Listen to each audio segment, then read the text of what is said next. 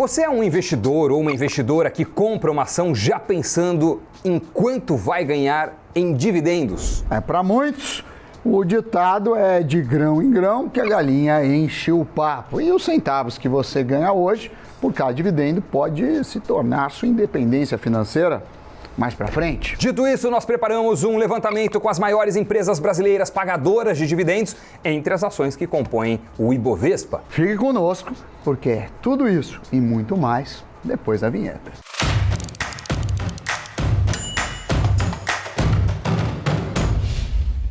Amiguinhos e amiguinhas, o povo quer dividendo, então falaremos de dividendo. Certo, Doni? Certo, falaremos de dividendo. No mercado de ações tem duas formas de gerar lucro, rentabilidade, através da valorização das ações que você comprou e também tem a possibilidade de adotar uma estratégia de ganhos em forma de dividendos ou proventos. Porque tem juros sobre capital próprio, tem várias variações, né? Várias variações. Mas é preciso fazer uma escolha como investidor na hora de montar a sua carteira.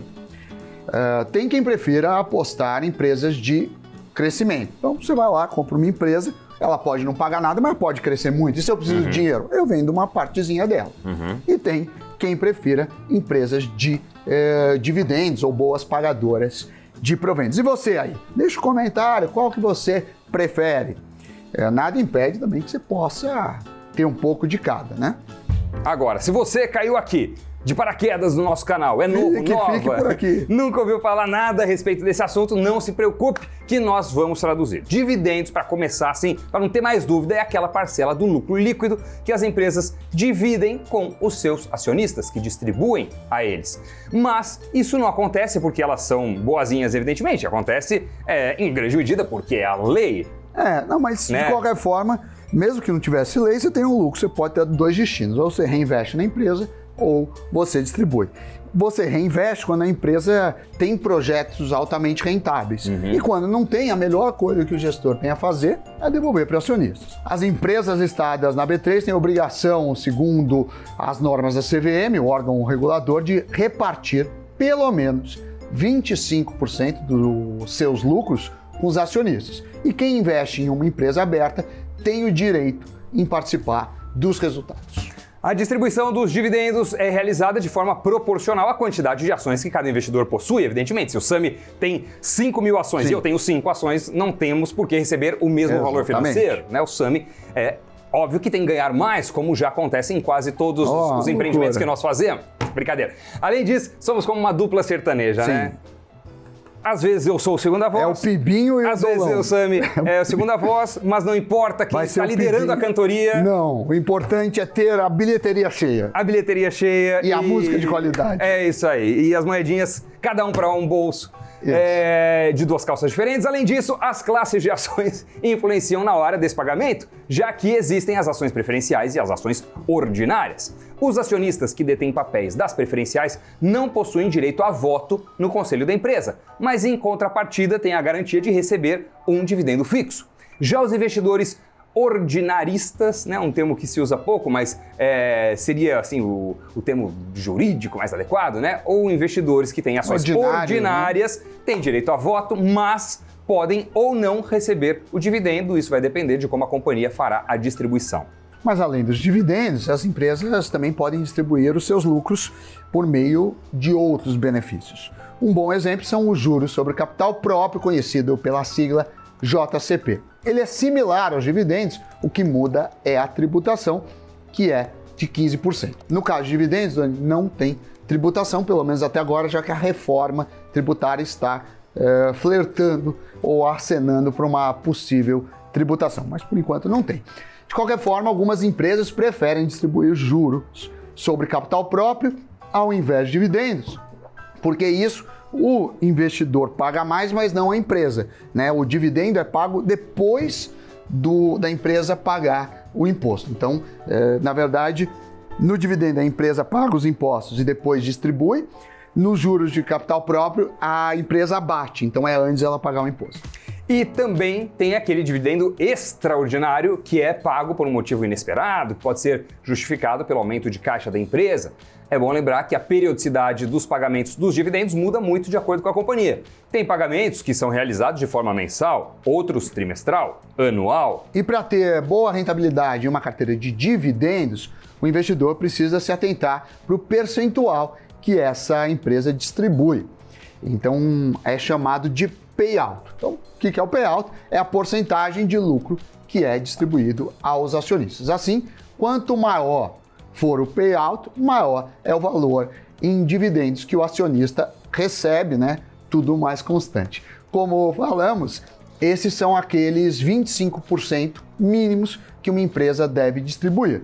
Porém, tem empresas, né, companhias que pagam acima disso. Vale analisar também o dividend yield, que é um elemento interessante, pode ser uma estratégia relevante para a sua composição. O que acontece? Essa é uma métrica que mostra o valor dos dividendos que serão distribuídos. Serve como um indicador que aponta quanto foi pago de proventos por determinada companhia nos últimos 12 meses. E ele faz uma conta de qual é o retorno de uma ação segundo os dividendos pagos. Mas não adianta só analisar o dividend yield, porque quando você analisa esse indicador, você está olhando para o retrovisor. Então, se o preço da ação cai muito, vai distorcer o número.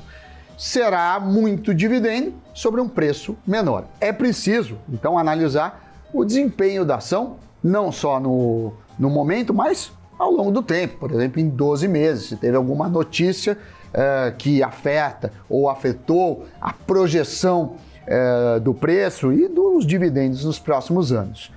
De qualquer forma, não vai ser um número preciso, porque tem muitas variáveis que afetam os lucros das empresas, mas é uma forma de se proteger, pelo menos, de ações problemáticas quando o quesito é dividendos. Então, só para não ter dúvida, qual é a conta do dividend yield que a gente citou? É o quanto foi distribuído por ação dividido pelo preço da ação. Então, se uma determinada empresa distribuiu R$2 de dividendos por ação e o valor da ação estava em R$20, você tem 2 sobre 20. Exatamente. Que dá o resultado de 1 sobre 10 ou 0,1, que é o dividend yield desse exemplo, dessa hipótese que é aqui 10%, que criamos. muitas vezes expresso em percentual. Um ponto que poucas pessoas falam é sobre a forma de calcular os dividendos pelo preço que cada investidor pagou por determinada ação. Esse indicador se chama Yield on Cost. Nada mais é do que o quanto você recebeu de dividendos em relação ao preço que você pagou na ação e não ao preço que ela tem hoje no mercado. Então você compra uma ação por R$100 e ela te paga R$1 de dividendos, o resultado é que esse indicador, essa taxa é de 1%. Daí essa mesma ação cai para R$80. O que acontece? Nesse primeiro indicador que a gente calculou, nada mudou, porque o preço que você tinha de aquisição da ação continua sendo o mesmo. Mas o dividend yield, que é aquela outra métrica que nós mencionamos, vai ser diferente. Como o preço da ação caiu e está distribuindo o mesmo R$1 por ação, proporcionalmente o dividend yield vai ser maior. Se a ação cair por 80 e distribuir R$1, vai ser de 1,25% de dividend yield e 1% de yield on cost. Por isso que normalmente a gente faz um preço médio, porque é muito difícil você saber exatamente isso e também tá supondo que tudo vai ficar mais constante, porque talvez a queda de preço da ação esteja ligada a uma capacidade menor de lucros e, por conseguinte, menor dividendos. Mas entre as dicas que demos aqui para te ajudar a escolher um bom dividend yield, analisar quando o valor pago dele supera a inflação também pode ser considerado. Mas agora que já explicamos para quem está começando nesse universo o que são os dividendos, vamos à lista das 10 empresas na B3 que pagaram os melhores dividendos, segundo o ranking elaborado pelo Trademap. Em 10º lugar está a seguradora SulAmérica. O seu código é SULA11 e os dividendos pagos nos últimos 12 meses foram de 3,99%. Em 9º e 8º lugar está a Eletrobras. A companhia de energia elétrica distribuiu 4,51% de dividendos para os acionistas que detêm os papéis de Elet 3 e 4,91% para os que detêm Elet 4. Em sétimo lugar está Itaúsa. Do setor financeiro, os acionistas da ação ITSA4 receberam nos últimos 12 meses 5,03% em dividendos. Já em sexto lugar no ranking aparece a CPFL Energia, o ticker CPFE3. Ela distribuiu aos acionistas 5,71% em dividendos.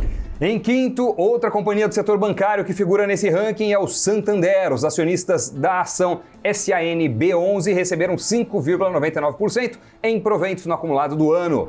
Em quarto lugar está uma empresa do setor de construção, a Cyrela, cujo ticker é CYRE3 e pagou 6,39% em dividendos nos últimos 12 meses. No top 3 está uma empresa do setor de comunicação, a Vivo pagou 8,5% de proventos aos acionistas de ações VIVT3. Em segundo lugar está outra companhia do setor elétrico, a Taesa, cujo código é o TAEE11 e distribuiu aos seus acionistas 9,41% em dividendos. E quem ocupa o primeiro lugar é uma companhia do setor de seguros que distribuiu incríveis 14,24% em dividendos em um ano.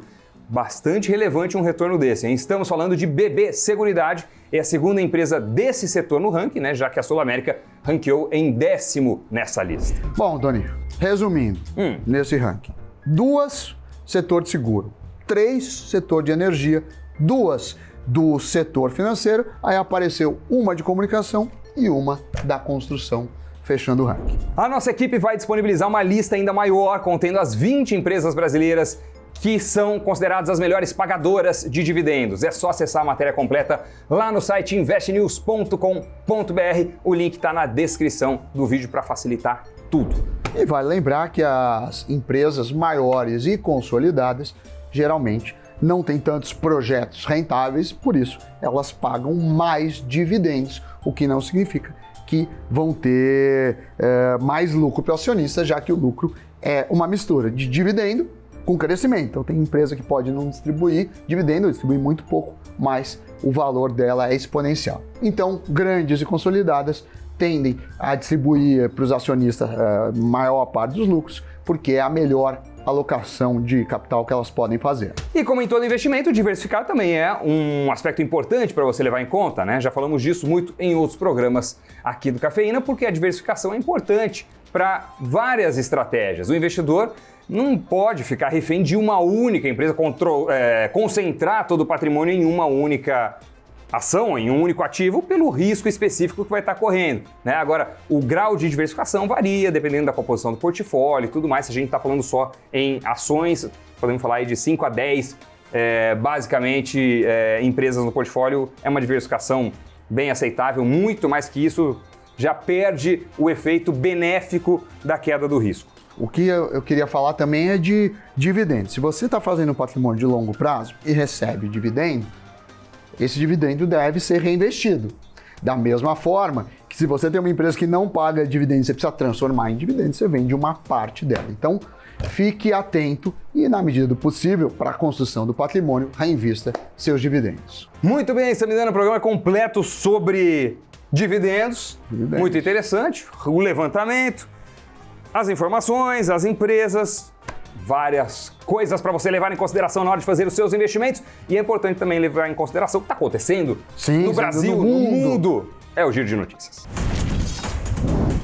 A gigante Ford decidiu fechar 3 fábricas no Brasil e encerrar toda a sua produção local. Agora, a montadora irá atender os brasileiros por meio das operações na Argentina, Uruguai, além dos outros mercados. A companhia informou que encerrará ainda este ano as operações na Bahia, Ceará e no interior paulista. A Ford foi pioneira em instalar uma montadora no Brasil há mais de 100 anos. Segundo a companhia, a pandemia reduziu as vendas drasticamente. Ao menos 8 mil funcionários devem ser afetados.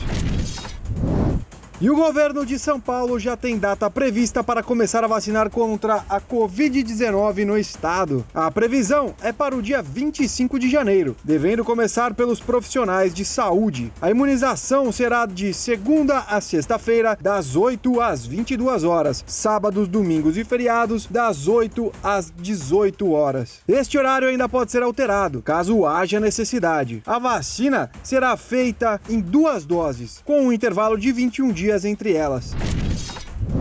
Elon Musk agora também terá um serviço de internet para chamar de seu. Foi aprovado pela Agência Reguladora de Serviços de Comunicação Britânica os serviços de internet via satélite Starlink, que promete alta velocidade de conexão. A empresa faz parte da SpaceX, companhia aeroespacial de Elon Musk. O Reino Unido não será o único grande mercado em que a empresa está entrando. Grécia, Alemanha e a Austrália também aprovaram o serviço de banda larga de Musk. Notícias giradas, não podemos fechar esse programa sem olhar ele. Fechamento de mercado.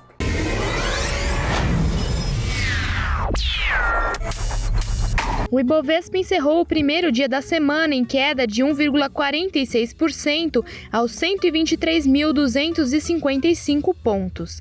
Discussões sobre as eleições para a presidência da Câmara e do Senado em Brasília ganharam espaço nas mesas de negociações. Os investidores estão ponderando como será o cenário para o andamento de reformas e quais serão os efeitos fiscais com uma possível retomada do auxílio emergencial. As maiores altas do dia foram de Intermédica, Hapvida e PetroRio. Já as maiores baixas foram de Copel, Rio Dux e Energisa.